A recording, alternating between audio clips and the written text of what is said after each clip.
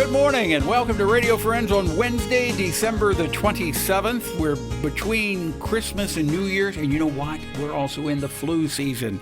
And I want to introduce you to Dr. TARA FLYNN, MU healthcare physician. Good to have you here, doctor. Thank you. Thanks for having me. Is this a busy flu season, and is this the height of the flu season? I don't think we're to the height of the flu season quite yet. I think we're just getting started. We had smoldering of flu all through October and November, and usually we see two different kinds of flu. We see flu A and flu B, and we saw both of them. What's the difference? There is basically different strains of flu, and so basically they have usually the same symptoms. Flu A is usually a little bit worse with more severity, and usually the height of the flu season is a flu A. But right now that's what we're seeing. There's been over 1,500 cases in Missouri over the last week and a half. And what is flu B then? Flu B is just a little less severe. You still get the same headaches and joint pain and fevers. Sometimes you get a little bit of vomiting, lots of muscle aches,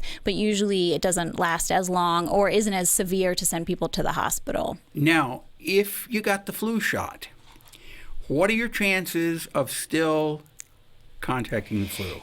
It's probably in more of the 40 to 50% range that it's going to protect you. And every year they try to predict the right flu strains. And so, and that's something that I don't think we have the data yet on this year's flu shot, how much it is protecting us yet. So I think the word is still out on how well it's going to protect us this year. If you've had the flu shot and you get the flu, does it mean that the flu will be less severe?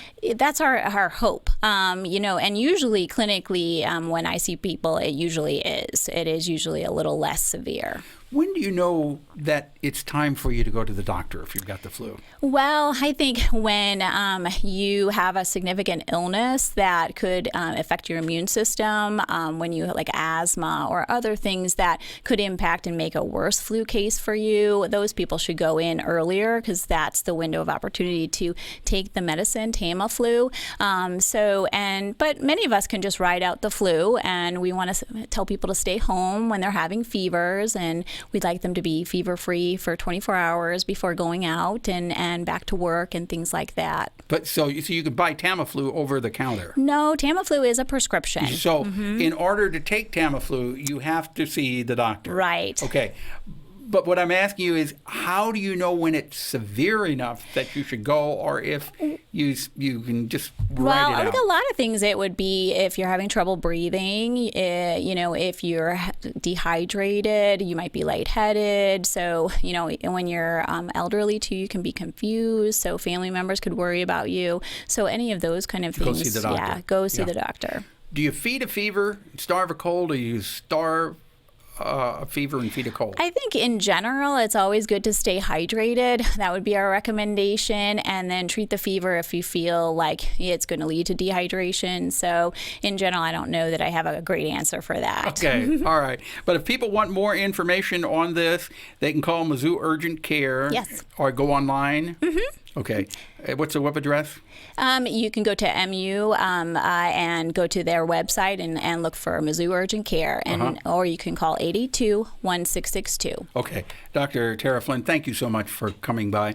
And don't get the flu this year. All right. Good hand washing. Okay. Good having you here. And if you want more information about that, the telephone number is 882-1662. Okay? And if you have any doubt at all that you have the flu and you're concerned it's not going away, you do need to contact the doctor. All right. Now we turn to Hanna Reeves. Good to have you here, Hi, Hanna. it's good to be Braudis Galleries. You've got, we're just about through with 2017. You believe that? It's blowing me away. Yeah. It is, isn't it? Yeah. The last couple of days of 2017. What do you got going for 2018? We are so excited about 2018. That's why I'm here today. So first of all, you have 3 days left to see the Masters exhibit. We talked about that last time I was here. And if you have not made it to the Masters exhibit, this is our major project of every year. We're in the 4th annual Masters exhibit. Masterpieces of the 20th century, surrealism and abstraction. So there's 3 days left at this point to see that exhibit. The January exhibit opens January 3rd. We're giving ourselves New Year's Day off. That's a Wednesday, isn't it? Yeah, it's one day later than typical just because we're doing our install after New Year's Day. Okay. So that'll open the 3rd. But the cool thing about 2018, the big change, is that we're going to monthly exhibits. We've done 2-month exhibits. I think we talked about that. Yeah, we just mentioned so it last time. you're going to go to monthly exhibits. So you're going to have 12 different exhibits. That's right. We're going to effectively double the number of artists that we represent. That means the variety of artwork that we bring to the community and bring to the public effectively doubles also. That means every first Friday is an opening reception. Whereas it's been every other, we are there every first Friday with a reception, but it's been every other one has been an opening. Mm-hmm. Now it's a new exhibit opening every single time. You come How are out you going to keep up Friday. with that? That's going to be intense. Ask me in a few months how I'm doing with that. Yeah. That really is a big deal.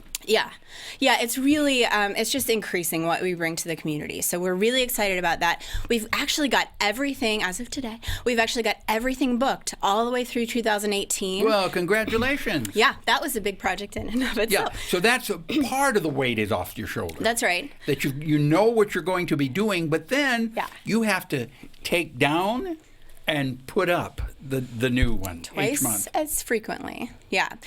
We are putting out a calendar for the entire year. Since we've booked everything through 2018, our designer is just fabulous, and we've come up with this kind of a wall calendar. It has little places where you can actually write in the things that you might record on an annual calendar. It has all the months of the year. It does list, it's kind of small in the overall design, but it lists all of the artists in every exhibit. It has a little note on every first Friday and every opening and closing. Wow. But otherwise, it's a calendar for you to use. Good. It's a really beautiful design, and that is replacing those postcards that people might be used to getting in the mail.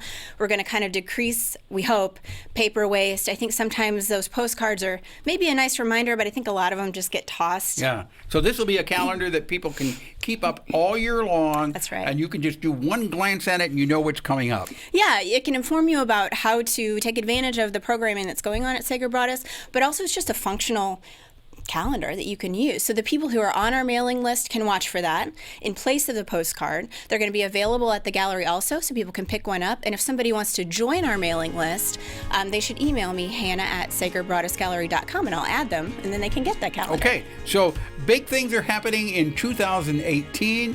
You will have the opening date will be January 3rd. That's right. In 2018 instead of the 2nd. I wish you continued success, Hannah. Thank you. Yep, I'm Pleasure sure we'll having talk you soon. here. 2018 is going to be a great year for It'll be Sacred big. Braudis Gallery. Okay? We're out of time for today. Tomorrow, Joan Stack will be with us. Something you'd like to hear or see, drop me an email, pepperp@missouri.edu. Bye-bye.